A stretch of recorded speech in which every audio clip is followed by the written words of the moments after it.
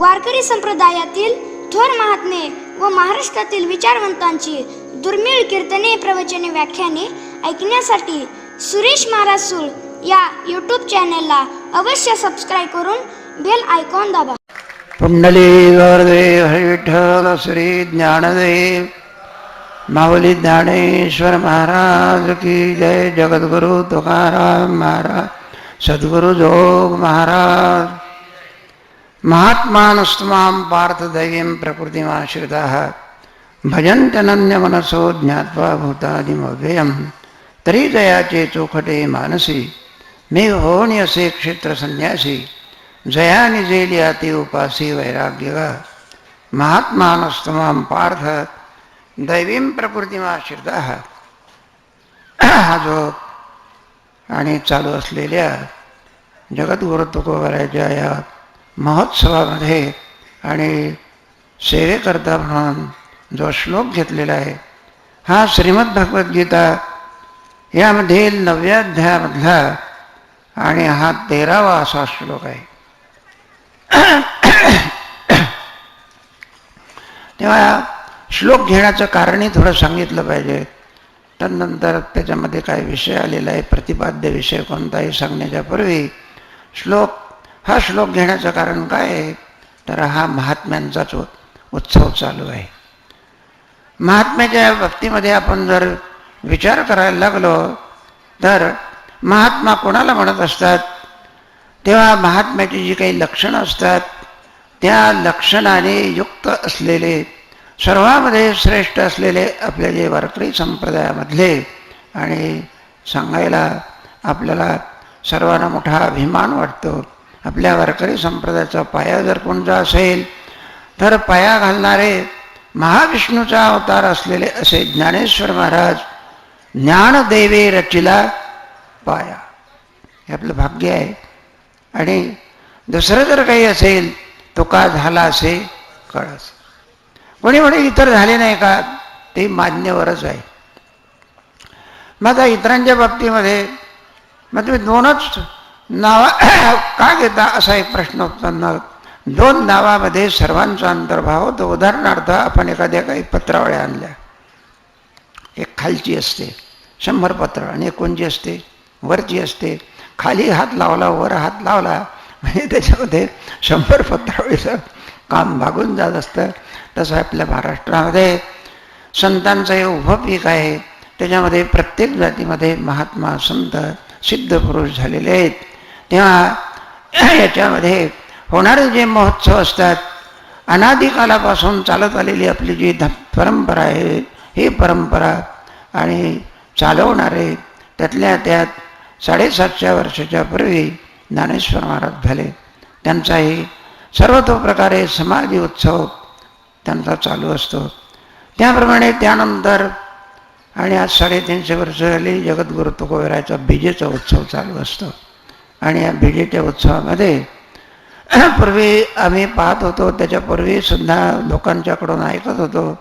एक 30-40 वर्षापूर्वीसुद्धा इथे महाराजांचा आणि हा बीजेचा महोत्सव होत असे. पण ज्या प्रमाणामध्ये आणि ज्या ऐश्वर्याने व्हायला पाहिजे ते ऐश्वर्य थोडं मागं पडत असे. ती ऐश्वर्याची उणीव गाथा, जगद्गुरु तुकोबाराचा गाथा, मंदिरातली जी मान्यवर मंडळी आहे त्याच्यामध्ये ज्यांची नावं घेतली ती कमीच पडेल अशा रीतीने.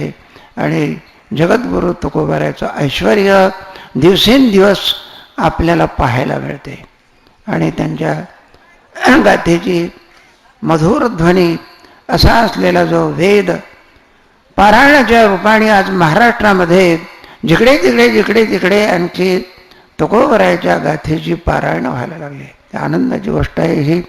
असं आहे तेव्हा सर्वच काही आणि त्याच्यामध्ये निष्णात असतात असं नव्हे, तरी पण सुद्धा सर्वांच्या कानावरती आणि गाथेची अक्षरं पडावीत. हे अमृततुल्य, वेदतुल्य शास्त्र सर्वांच्या कानामध्ये जावं याच्यासारखा आणि कोणता जर आणखी मार्ग असेल, उपाय असेल तर तो आणि आपल्या अखंड हरिनाम सप्ताह याच्यामध्ये सर्वांचा प्रवेश असतो. जगद्गुरु तुकोबारायाच्या अमृततुल्य असणाऱ्या अशा वेदाची अक्षरे प्रत्येकाच्या कानावर पडतात. त्याच्याशी आपला संबंध येत असतो. त्यांच्यामुळे ते चेतनयुक्त असल्यामुळे परेशाचा कोणत्याही का संबंध होईना, तो संबंध जर आणि प्राप्त झाला तर कसंही लोखंड असू द्या, त्याला सोने करण्याची शक्ती जशी परेशामध्ये आहे, तसा महाराजांचा हा उत्सव आणि त्या उत्सवामध्ये असलेले जे पारायण, या पारायणाच्या द्वारा आपल्या कानावरती ती अक्षर पडतात आणि आपल्यामध्ये चैतन्य निर्माण करतात. असं चैतन्य निर्माण करण्याचं साधन जर कोणी दिलं असेल, चुका सहज बोले वाणी आणि त्या घरी वेदांत वाहे पाणी, असे जे जगद्गुरु तुकोबाराय त्यांना महात्मा म्हणणं हे सुद्धा गौण अर्थानेच होते.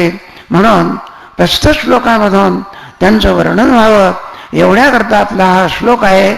महात्मानस्तुमाम पार्थ दैवीं प्रकृतिमाश्रिता भजन्तनन्य मनसो ज्ञात्वा भूतादिमव्ययम् त्रिदयाचे चौकटे मानसी. या श्लोकामधून भगवान आणि अर्जुनाला काही निमित्त करून आपल्याला सुद्धा पुढे याच पदवीवरती तुम्हाला प्राप्त होण्याकरता महात्मे कसे असतात याचं वर्णन. कारण असं आहे, जीवदशेमध्ये असलेल्या माणसाला सुद्धा इच्छा असते आपणही त्यांच्याप्रमाणे व्हावं. त्याला काही मार्ग आहे का हो? म्हणून सांगितलं आहे, मुक्ता ते निर्धारिता लाभे आपलीच मुक्तता. हे दिसे दिवे पाहता आपली वस्तू. मग अशी जी मंडळी होऊन गेलेली आहे, हरभले आपण पे पावे तरी संता ते पाहता दिवसावे, म्हणून वाणावे ऐकावे तेची सदा. कारण आपल्यालाही सुद्धा आणि त्या काही का होईना, पण मनुष्य म्हटल्यानंतर त्याच्या अंतःकरणामध्ये इच्छा असते. जे आहे आपण काही स्वरूप स्थिती ऐकतो, परमोच्च स्थिती ऐकतो. नरदेहात आलेल्या माणसाला ही परमोच्च स्थिती प्राप्त करून घेता येते. एवढा हा नरदेहाचं परम प्रयोजन आहे. ते सुद्धा ज्यांनी मिळवलेलं आहे त्याप्रमाणे आपल्यालाही सुद्धा मिळावं एवढ्याकरिता. आणि महात्म्यांचे जी चरित्र असते, थोर महात्मे होऊन गेले, चरित्र त्यांचे पहा जरा. आपण त्यांच्या समान व्हावे हाच सापडे बोध करा. तेव्हा आणि जगद्गुरु तुकोबाराय आज जे काही आपल्याला आणि प्राप्त होत असतात, तेव्हा या महात्म्यांच्या ठिकाणी कोणते कोणते गुण असतात, त्यांना महात्मा ही पदवी तरी का मिळाली याचा जर आपण विचार करायला लागलो, पहिला प्रश्न उत्पन्न होत असतो, त्याचं काही लक्षण ठरवावं लागत असतं. म्हणून महात्मा म्हणजे कोण असा प्रश्न बघा. शब्दामधून असा अर्थ निघत असतो, महान म्हणजे मोठा आत्मा, ज्याचा मोठा आत्मा आहे तो महात्मा. असं जर आपण म्हटलं तर ते विसंगत प्रमेय होतं बा. कारण मग काय होईल, मग त्याच्यामध्ये आपल्याला काही निवड करावी लागेल. लहान आत्मे बाजूला करावं लागते, मोठ्या आत्म्याला बोलवावं लागले आहे तुमच्या ह्याच्यामध्ये. मग असं काही आहे का? मग आपल्याला आणि आपल्या वेदांत शास्त्राचा आश्रय घ्यावा लागतो बा. त्याच्यामध्ये या आत्म्याच्या विषयी विचार करणारे मोठे दर्शनकार लोक आहेत. तो प्रश्न सोडून द्या, आपल्याला सांगून काही वेळ घ्यायचा नाही. आत्मविचार, जीव विचार, ईश्वर विचार, ब्रह्म विचार, जगत विचार मोठ्या मोठ्या दर्शनकाराने केलेला आहे. मग या दर्शनकाराची यादी ते सांगत बसण्यापेक्षा त्याच्यामध्ये कोणी मानतात कोणी मानत नाही. म्हणून आत्मविचाराच्या मध्ये आणि आत्मविचारामध्ये प्रवृत्त झाले, पण आत्मविचारामध्ये प्रवृत्त असून निर्णयात चुकले बघा असं आहे. मग त्याच्यामध्ये काय जाऊ दे, आपला सांख्य दर्शनकार, नैयायिक दर्शनकार, मीमांसा दर्शनकार हे सगळ्यांनी भरपूर विचार केला बघा. त्यांनी आत्मा मानला तो प्रश्न सोडून द्या, पण आत्मे अनेक मानले बा. प्रति शरीराला एक एक आत्मा मानला बा. आणि वेदांत शास्त्रामध्ये किंवा आपल्या वारकरी संप्रदायामध्ये सर्वाघटी राम आणि देहादेही एक. शरीर अनेक पण आत्मा किती एक असं आहे. असं ना, अनेक घट जरी असले, हजारो घट जरी असले, घटामध्ये जरी आकाश दिसत असलं, घट अनेक आहे, करोडो असतील, आकाश किती आहे? एकच आहे. म्हणून अनंत जीव असू द्या, पण अनंत जीवाला व्यापून असणारा आत्मा किती आहे? एक आहे. असा आत्मा ज्याने विषय केलेला आहे, आणि त्याला म्हणायचं महात्मा. आत्मा तैसा हृदयामध्ये मी राम असता सर्व सुखाचा आराम, का भ्रांतासी काम विषयावर. ते म्हणाला, हो आम्हाला का तुम्ही याच्यामध्ये घालतात? त्याचा परिणाम असा आहे, आपण त्याच्या बाबतीमध्ये अज्ञान आहोत. कोणता अज्ञान आहे आपल्या अंतःकरणामध्ये? असं आहे ना, आनंद देणारा तो आहे, आणि आपल्याला असं वाटत असते आनंद देणारा परमात्मा नाही, आनंद देणारे विषय आहेत. इतका फरक आहे. म्हणून आपल्याला वाटते आनंद देणारे कोण आहे? विषय आहे. विषयाच्या हा जो आनंद आपल्याला प्राप्त होतो तो आनंद विषयाचा आहे. मग त्यांच्यामध्ये आणि आपल्यामध्ये काय फरक आहे? ते आनंद जरी विषयाचा त्यांना प्राप्त होत असला तरी त्यांना निश्चित माहिती आहे आनंद विषयाचा नाही, हा आनंद परमात्मा. सर्व सुखाचे आगर बाप रखमा देवर, असा निश्चय असतो. त्यांना अनुभवे आले अंगा. हे महाराजांच्या बाबतीमध्ये बोलायच नको. का हो? असं असल्यावर जे यच्चयावत ज्याला म्हणून म्हणतात, या संपूर्ण यच्चयावत ब्रह्मांडाच्या खाली असणारा आधार तत्व ज्याला म्हणत असतात.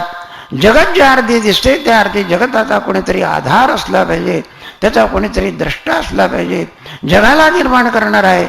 हे अनुभवाने अपरोक्षत्वाने ज्यांना प्राप्त झाले असतात, ज्ञात्वा भूतादिम अव्ययम, असं आहे त्याने. आणि जगतामध्ये असलेलं जे तत्व आहे त्या तत्वाशी ज्याचा आणखी अपरोक्षत्वाने साक्षात्कार झालेला आहे. थोडक्यात सांगायचं म्हणजे त्यांना ब्रह्म साक्षात्कार झालेला आहे, आत्मचा साक्षात्कार झाले. याची लक्षणं अनेक ठिकाणी आणखी गीतेमध्ये सुद्धा त्यांचा अपभर भाव जात असतो. अद्वैष्टा सर्व भूताना. तेव्हा ही सगळी लक्षणं त्यांच्या ठिकाणी आपल्याला पाहायला मिळतात. म्हणून ज्यांनी या तत्वाला अपरोक्षत्वाने जाणलेलं आहे तरी पण सुद्धा ज्यांच्या भक्तीमध्ये कोणत्याही प्रकारे असे मीच होऊनी पांडवा करते माझी सेवा, अशा आणि ज्याला अद्वैत प्रेम भक्ती असं म्हणत असतात, अशा या बोधाला प्राप्त झाल्यानंतरही सुद्धा असं त्याच्यामध्ये ऐसा ज्याचा अनुभव विश्वदेव सत्यत्वे देवतया जवळी वसे पाप नासे दर्शने. विश्वदेव सत्यत्वे सर्व खलविदम ब्रह्म, हे ज्याला प्राप्त झालेलं आहे.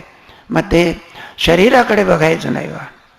मग त्या शरीरामध्ये लहान आहे का मोठा आहे, कसा आहे का काय आहे, कोणत्या जातीतला आहे, हा प्रश्न नाही. अनुभव त्याच्यामध्ये कोणता आहे, त्या अनुभवाच्या द्वारा. आणि त्यांना महात्मा असं म्हणतात. महात्मा नस्तुमाम पार्थ दैवीम प्रकृतीमाश्रिता. म्हणून याला उपयुक्त असणारी आणि साधनामध्ये जिचा आणखी अंतर्भाव होत असतो अशी जी तिला संपत्ती असं म्हणत असतात, तिचाही विचार केला आहे. त्याला दैवी संपत्ती असं म्हणतात. त्या दैवी संपत्तीमध्ये 26 गुण आहे.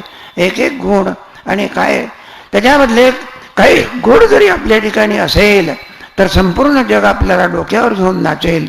असल्या प्रकारची जी 26 गुणाची संपत्ती केवळ नाम निर्देश करून आणि आपल्या याच्यामध्ये जातो. अभयम सत्वसंशुद्धी ज्ञानयोग व्यवस्थिती दानम दमश्चेज्ञश्च स्वाध्याय स्तप अर्जवम दया भूतेषु लोलुप्तम अहिंसा सत्यम तेजस्त्याग शांति अपैषणम दया भूतेषु लोलुप्तम मार्धवम ह्रीय च फलम तेज क्षमा धृति शौच अद्रोह नातिमानता भवन्ति संपदम दैवी मविजातस्य भार. हे संपत्तीकडे जात नाही. अशा या महात्म्याला ते संपत्तीच त्यांच्याकडे आल्याशिवाय राहत नाही असं आहे. तेव्हा ती संपत्ती आणि त्यांना प्राप्त होत असते. त्याच्यातला पहिला गुण जर कोणता असेल अभयम असं आहे. किंवा याच्या योगाने परमार्थामधली पहिली पदवी जर माणसाला कोणची प्राप्त होत असेल तर त्याला प्रत्येक जीवाच्या पाठीमागे लागलेलं जे भय आहे ते भय जाऊन त्याच्या ठिकाणी जी निर्भयता प्राप्त होत असते. अभयम वै जनकवस्मे म्हणून अभय पद सांगितलं आहे. आणि ते दैवी संपत्तीमधलं कोणी जीव असू द्या, ब्रह्मदेवापर्यंत जरी असला तरी त्याच्या अंतःकरणात बाकीची भीती नसेल, पण मरणाची भीती आहे बा प्रत्येकाच्या चित्तामध्ये. जावे त्याच्या वंशा आणि तेव्हा कळे. इथं काय आहे बा, ही मरणाची भीतीच देऊन मरण माझे मरूनही गेले आणि मला केले अमर. आपल्याला सहज सांगायचं म्हणजे राजा परीक्षितीला शेवटच्या दिवशी आणखी श्रीमद परमहंस परिव्राजकाचार्य सुखदेवजी महाराज विचारतात, म्हणला राजा, अरे आज तुझा मरणाचा दिवस आहे, तू साप चावून मरणार आहेस. त्यावेळेला आणि परीक्षिती राजा सुखदेवजी महाराजांना उत्तर देतो, म्हणजे गुरुजी, हे मरण कोणाला आहे? तुमच्या या ज्ञानामुळे राजा परीक्षिती अमर झालेला आहे बरं का. देह पडणार आहे, पण तुमचा बोध, त्या बोधाच्या योगाने आणि राजा परीक्षिती अमर झाला आहे. तेव्हा उलट आणखी राजा परीक्षिती म्हणत असतो, म्हणलं ती ब्राह्मणाची वाणी खरी होऊ द्या, का बरं तो साप येत नाही मला चावत नाही. याला म्हणतात अभयंबई जनकोस्मी. असे दैवी संपत्तीचे गुण असतात, त्या गुणाचं वितरण तुमच्या आमच्यामध्ये करतात. जे खडाची व्यंकटी सांडो, तया सत्कर्मी रती वाढो, भूता परस्परे पडो, मैत्र जीवांचे दैवीम प्रकृतीमा आश्रिता.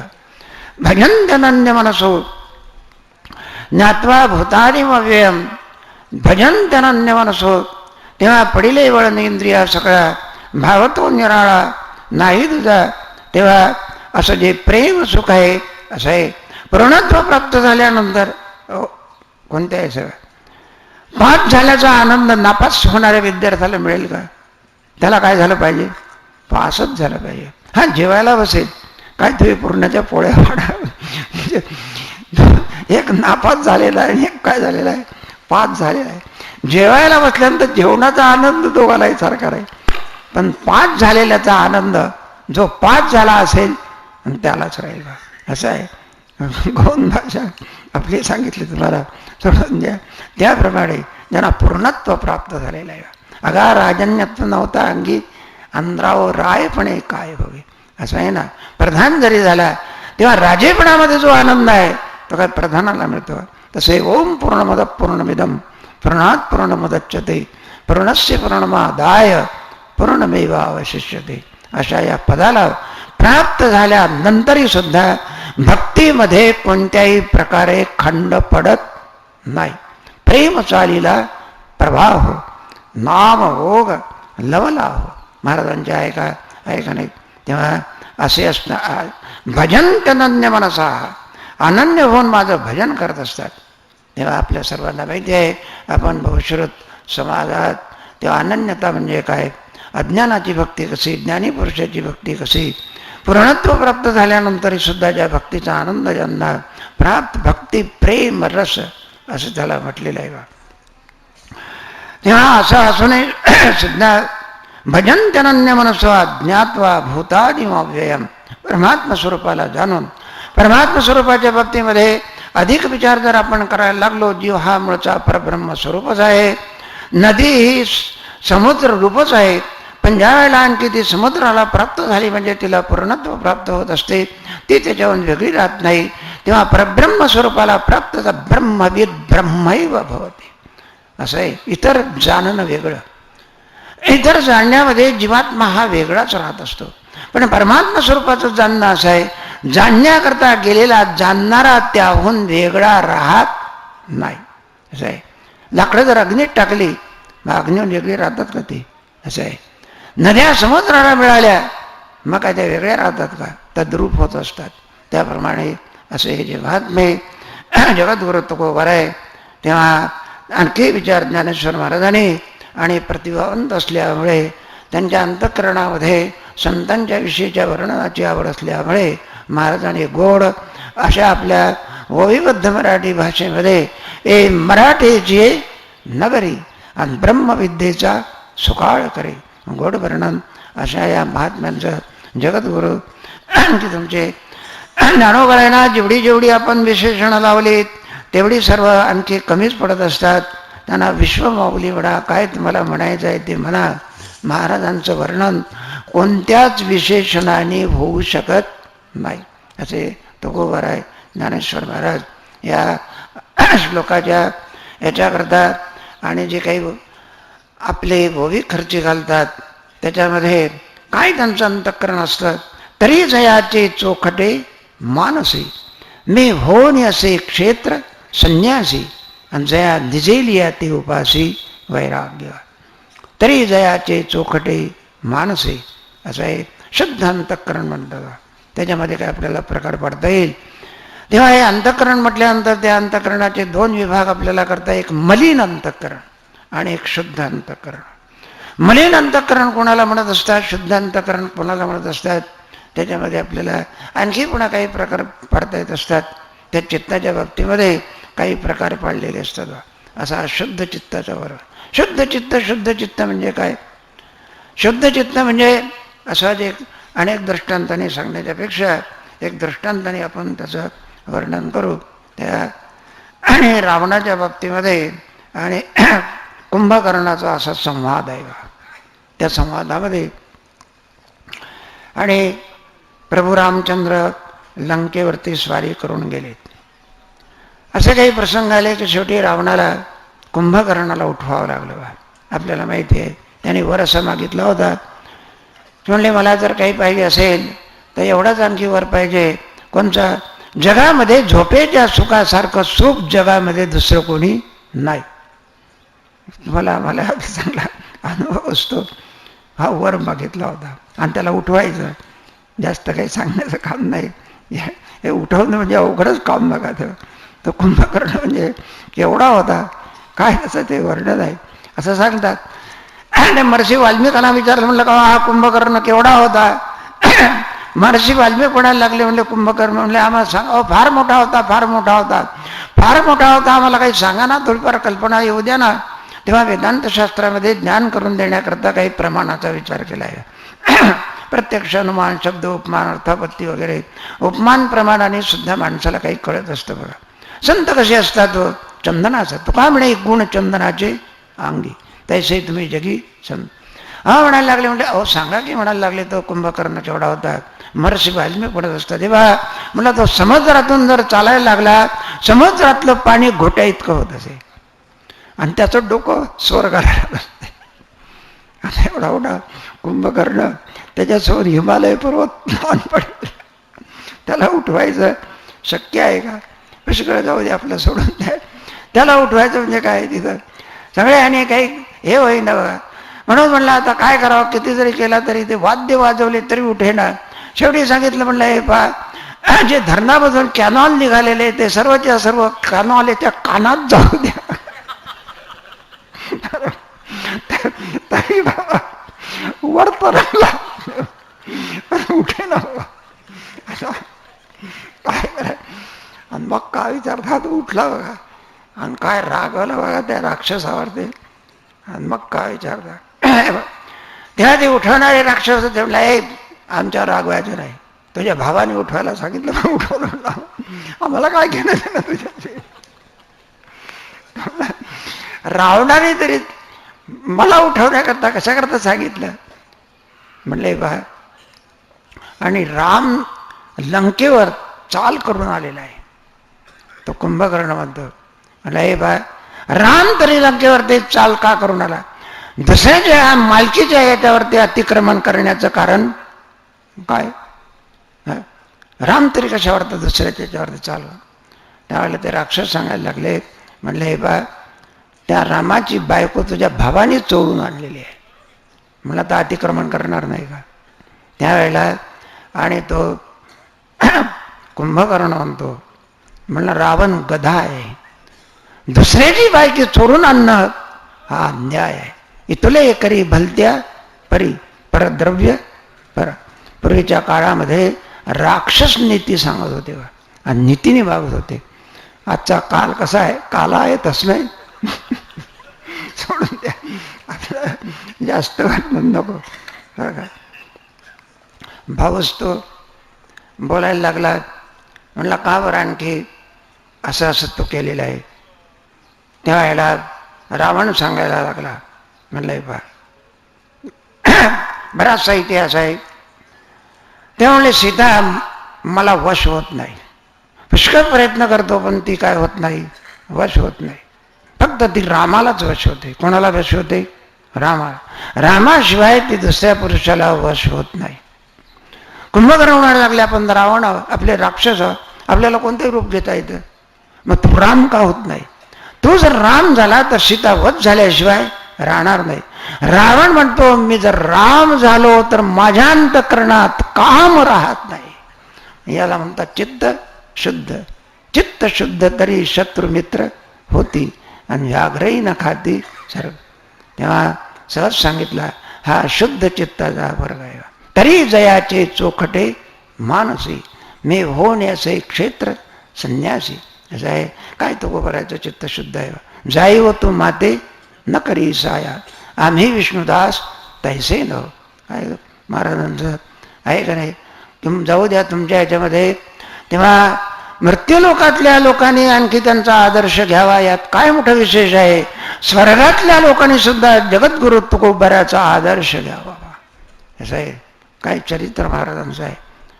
स्वर्गातल्याही लोकांना आपल्याला उद्धार करून घ्यायचा असेल तर गीता गाथा पाठीवर घ्यावी बा. हे शक्ती आहे. हे आपल्या महाराष्ट्रामध्ये झालेली रत्नासारखी महाराज आहे. काय शिवाजी महाराज, काय जिजाबाई. सुभेदाराची मुलगी आणल्यानंतर शिवाजी महाराज काय म्हणतात आहे ना.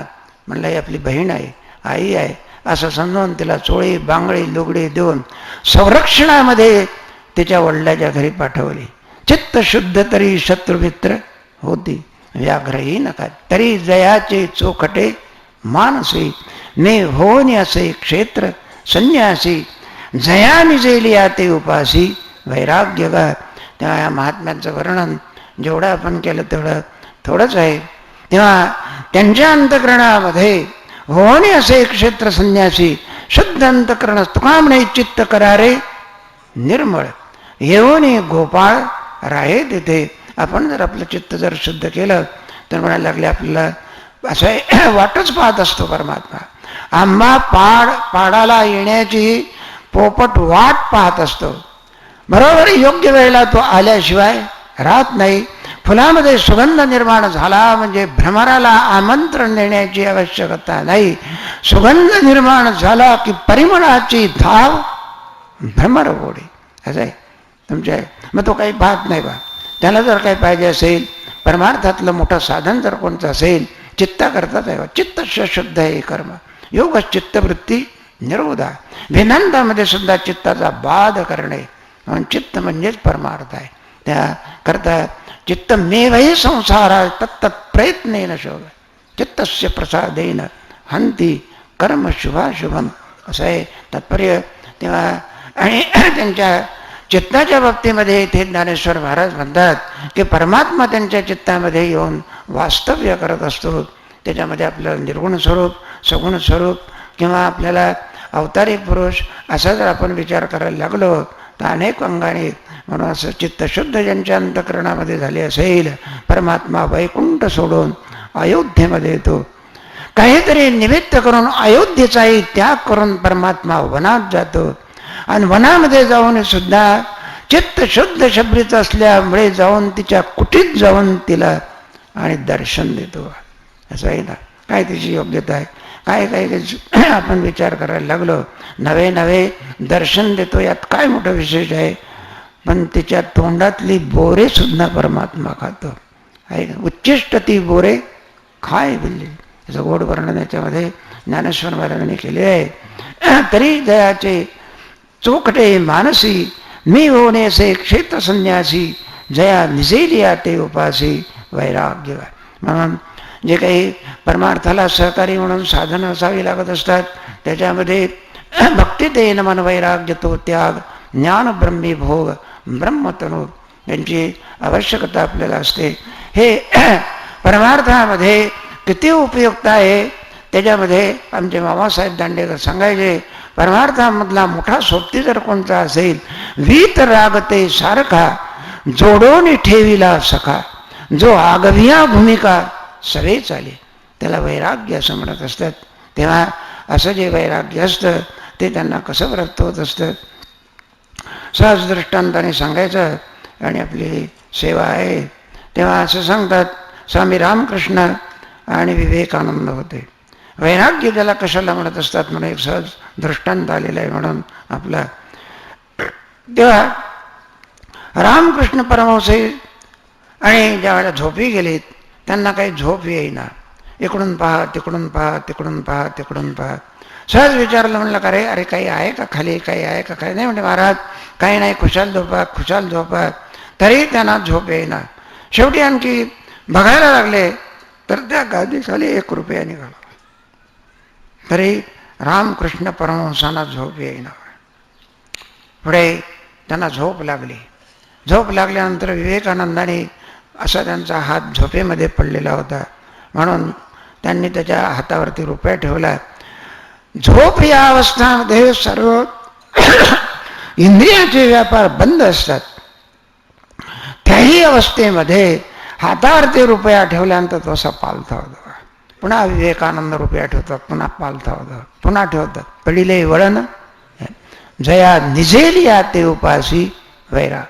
याही अवस्थेमध्ये आणि ज्यांच्या वैराग्यात कोणत्याही प्रकारे चलबिचलता नाही असं हे अफूट वैराग्य त्यांना प्राप्त होत असतं. असे जगद्गुरू तुकोबाराय, ज्ञानेश्वर महाराज, नामदेव महाराज, नाथ महाराज, प्रत्येक जातीतल्या संतांचा आपण विचार करायला लागलो ज्यांच्या जीवनामध्ये आणि आपल्याला नुसत्या नावाने सुद्धा आपला आणखी उद्धार होईल. अनंत भेंडीचे सावता महाराज, तेरडोकीचे गोरोबा काका, नाही का तुमचे सेना महाराज, लहान याच्यामध्ये ते दिसत असले तरी मेंगळवेड्याचे आमचे तुमचे काय परमात्मा ज्यांच्या अस्थी आपल्या आणखी पदरामध्ये घेत असतो. चोखा डोंगा परी भाव नव्हे डोंगा आणि काय फुललासी वरदिया रंगा. अशी महाराष्ट्र याची भूमी आपली भूमी आणि संतांचा मोठा दिलेला आपल्याला धन आहे. तेव्हा ज्ञानेश्वर महाराजांनी आपल्याला ज्ञानेश्वरी दिली. तुकोबारायांनी सगळा वेद आणि मराठी भाषेमध्ये आणून तुमच्या आमच्या हातामध्ये दिलेला आहे. नाथ महाराजांनी भागवत दिलेलं आहे.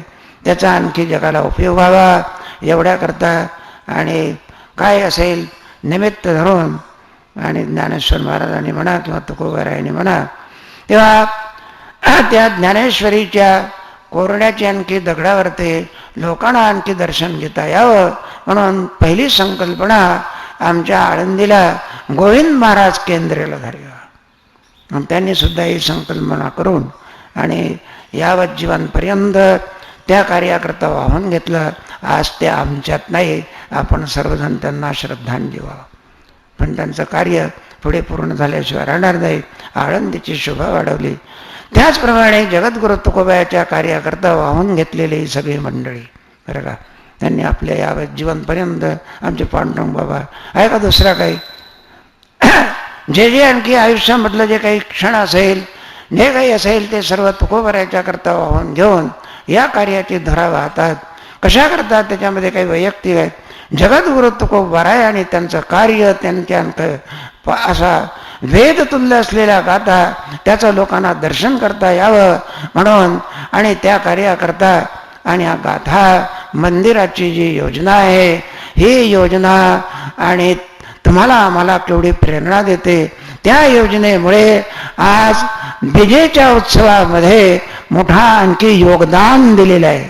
असंच योगदान नेहमी नेहमी प्राप्त व्हावं असे ज्ञानेश्वर महाराजांच्या चरणी तुकोबाराच्या चरणी प्रार्थना करून झालेली सेवा जगद्गुरु तुकोबारायला समर्पण करतो. पुंडली गवर्धे